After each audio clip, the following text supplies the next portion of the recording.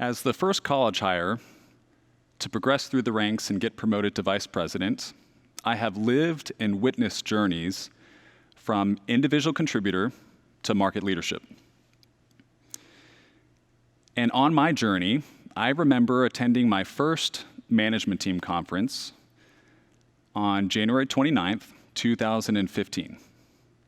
So principals and vice presidents from across the country came to the Magnolia Hotel in Dallas, Texas, where we discussed a variety of important topics. One of those topics was selling. And it's here in this discussion where I had a simple observation that has led to a profound realization. And as I looked across the room at all of my fellow P's and V's, I realized that I am not like them. Everybody around me was comfortable, capable, and experienced with selling, and I was not. And it was at that moment where I realized I needed to figure out my own way of selling, inspire others like me to do the same, or I had to quit. I was humbled by this realization, and I've been fascinated by my journey since. And here's what I've learned about selling, human growth and development, and fulfillment as I struggle to find myself in my long-term career at Pariveda. Now, what if I told you that the number one reason why people leave Pariveda is because they don't want to sell? Would you believe me? I don't have the data to back it up, but I do have my experience. And as a consultant, associate, and even a manager, I remember saying and thinking things like, I want to stay technical, but I can't. I'll just get promoted to manager, and then I'll figure out what do I want to do with my career. And things like, I don't want to join the management team because all they do is sell, and selling makes me feel icky. It was at that management team conference where I realized that these comments were really about my fear and worry and doubt about where I fit in at Pariveda over the long term. And it was at that management team conference where I realized that I was externalizing my fear. I was looking for something that would let me avoid doing the things that I was afraid of doing, and that was selling. And so I realized that I had to take responsibility to figure out my way of selling. So my goal for this talk is to encourage you to take on the personal work of redefining what it means to sell. And I have that goal for two reasons. The first is a selfish one. I do believe that selling could be the reason why you leave Pariveda. And we need you at Pariveda. Only you will be able to solve the seemingly intractable problems that we'll face in the next couple of decades. The second reason is an altruistic one. My assertion is that if you can confront your fear, overcome your fear, and figure out a way to sell that's authentic to you, you will drastically accelerate your human growth and development. In simple terms, I believe that selling will make you a better human being.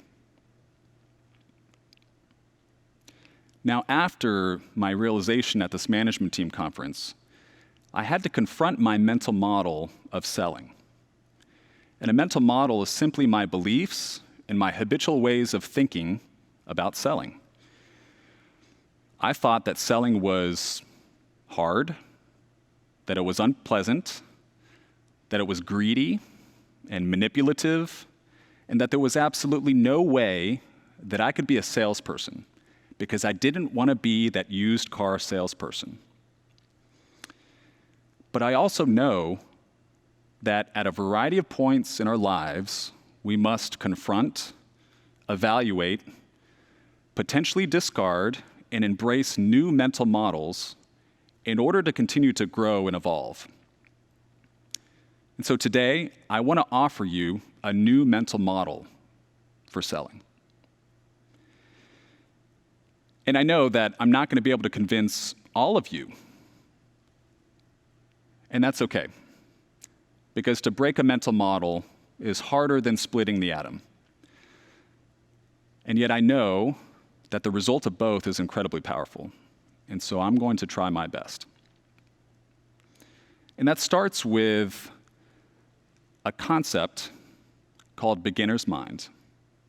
In Zen Buddhism, they talk about beginner's mind as this attitude of eagerness, openness, a lack of preconception when you're studying a topic, even when you're studying at an advanced level. And so what this means is really just loosening our grip on our beliefs, our experiences, when it comes to whatever topic we're talking about. And it all starts with just simply taking a long, slow, deep breath. Even if you are selling today, or you don't think that you're afraid of selling, I encourage you, find something that you can incorporate into your mental model in this talk. So now I want to talk to you about games. Two types of games in particular. In the 80s, James Carse wrote a book called Finite and Infinite Games. And he says that a finite game is played for the purpose of winning the game. An infinite game, however, is played simply for the purpose of continuing the play. What game do you think Pariveda is playing? Pariveda is playing the infinite game, a game that'll never end, a game that has no boundaries, where we are constantly redefining the rules so that we can continue to play, and a game where we actively seek out and recruit known and unknown players to play that game with us. Now compare that to our clients and competitors. They play finite games. They have fixed mindsets. They have scarcity mentalities. And you can see that very, very clearly when you're selling. Selling is a finite game. It has a beginning and an end. There are winners and losers. And this is why I had my original beliefs about selling. Selling is a zero-sum game. So this poses an interesting challenge. What does it mean to sell in an infinite game? At Pariveda, you are an infinite player playing a finite game of selling. So what does that actually mean? It doesn't mean we don't care about winning. We have to close big deals, beat the competition, raise our rates, negotiate favorable terms if we want to stay employed by Pariveda. But we must do those things in the context of the infinite game. We must find a way to do all of those things in a sustainable way. And we must do all those things in a way that encourages others to join us in the infinite game. So I want to equip you, the infinite player, with 6 perspectives of what it means to sell in an infinite game. You can use these perspectives individually or collectively to help you find your way to sell in an infinite game. And these perspectives were born out of that realization that I had at the management team conference, discussions and reflection with mentors, and my own personal beliefs about what it is we're here to do at Pariveda.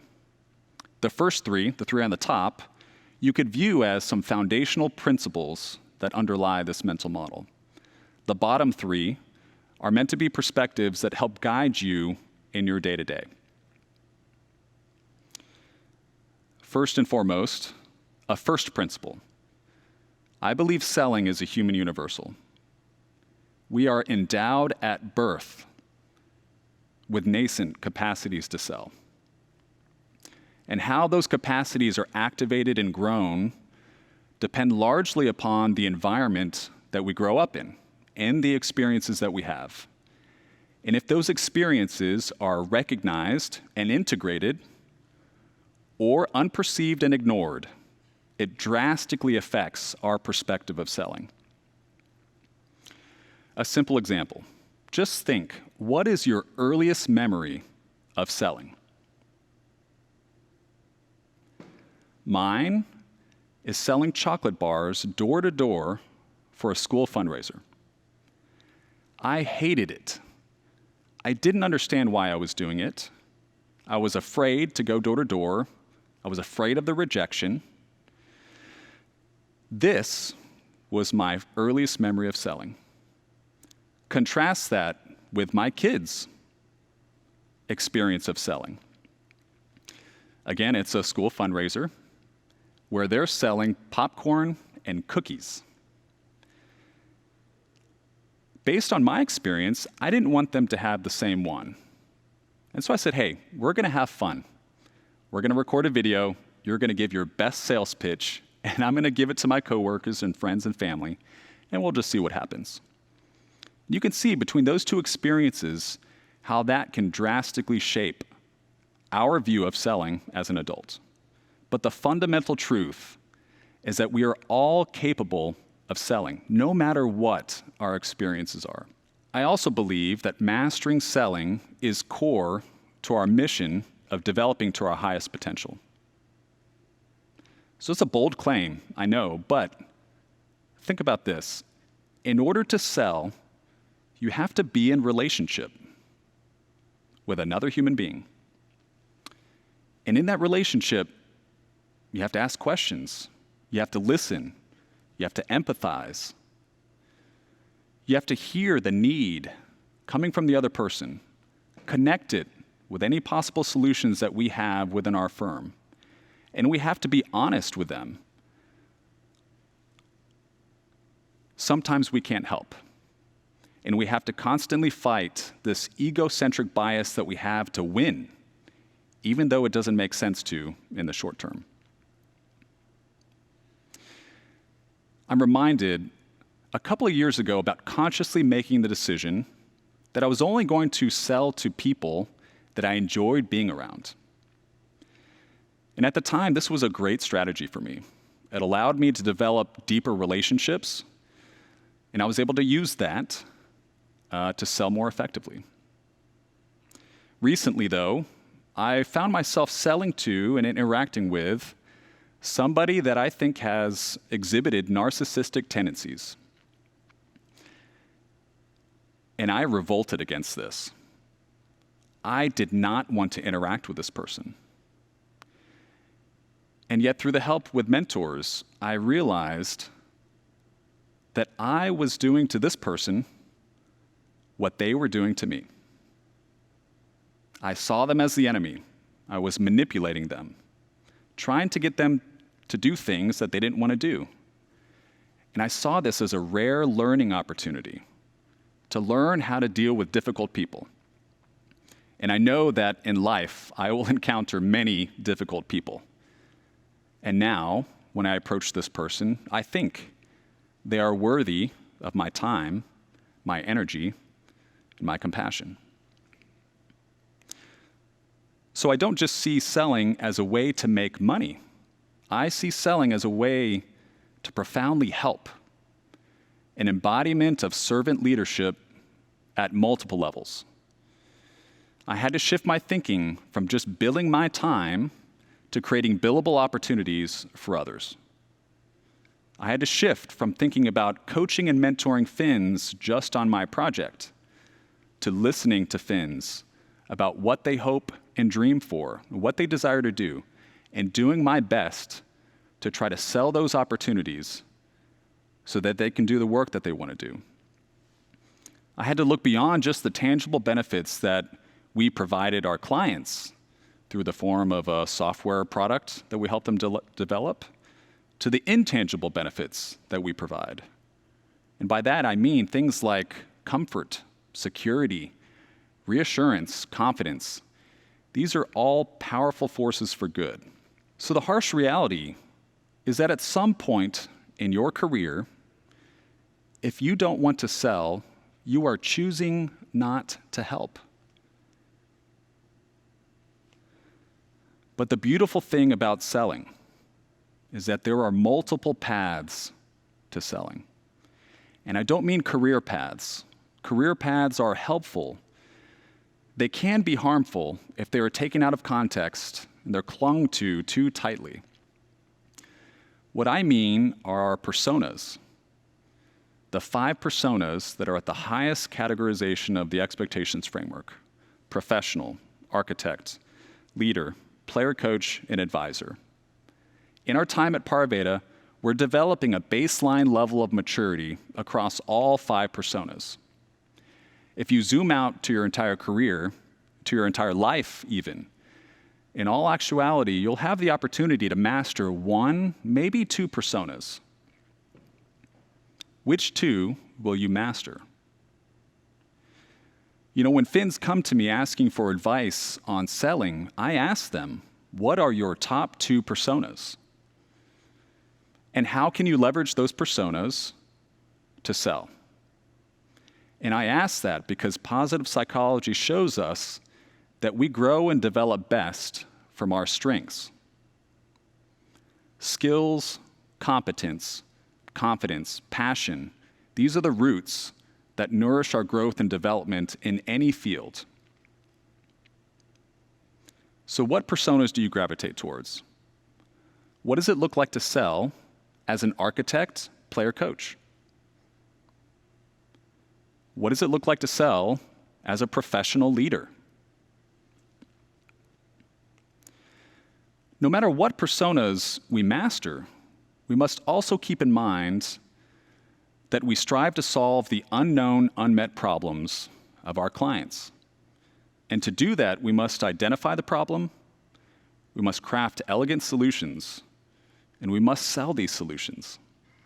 And the skill that ties all 3 of these things together is systems thinking. Systems thinking is an approach to problem solving that asks the question, how does the components within a system influence and interact with each other? So instead of solving individual problems as they arise, the systems thinker asks, how does this relate to other activities within the system? What is the pattern of behavior over time? And they actively seek out the root cause. We can use an iceberg as a metaphor for systems thinking. 10% of the mass of an iceberg is above the water. 90% is below. And it's this 90% that the ocean's currents interact with to affect the behavior of the tip above the water. Our clients can be viewed in exactly the same way. You can develop systems thinking skills right now to identify what those ocean's currents are and to be able to predict the behavior of our clients. The great systems thinkers will be the ones that will solve the unknown, unmet problems in the world. And the better you are at systems thinking, the easier it'll be to sell. And finally, selling requires faith. I truly believe that selling is a natural outcome in the progression of our careers, but only if you are open to the idea of selling. You have to have faith in yourself. I believe that the biggest barrier to selling is just our limiting beliefs about our ability to do it in an authentic way. So if you release that, you then open yourself to the environment and the people around you. And then you must have faith in the people around you. As I look back on my time at Pariveda, I can point to a dozen Finns who have taught me how to sell. Not a single one sat me down and said, Charles, this is what you need to do to sell. And yet I learned tremendously. And I started off with just simply observing and then participating in sales pursuits, contributing to sales pursuits in an area of my expertise, leading sales pursuits And now I invite others into the sales pursuits to perpetuate that cycle of learning. And I believe if you have faith in yourself and the people around you, one day you'll wake up and you'll realize that you're selling. And now I'll leave you with this. What if you resist the urge to push the idea of selling away and just be open to the possibility of becoming a great seller? What if you just relax into who you are, knowing that selling is within you and that you can leverage your strengths to sell? Under what conditions would you be comfortable, interested, excited to sell? Now, what are you going to do to create those conditions? You know, my personal mission at Pariveda is to shift our perspective about our time here. I want you to think about your time at Pariveda not just as a career. I want you to see your time at Pariveda as part of the infinite game that is life. I want us to transcend the separation between work and life. And I want that because I want all of us to wake up one day and realize that we love what we do. I want us to wake up and find meaning in the work that we do. And ultimately, I want us to lead fulfilling lives in the service of others. Thank you for helping me on my journey and for letting me be a part of yours.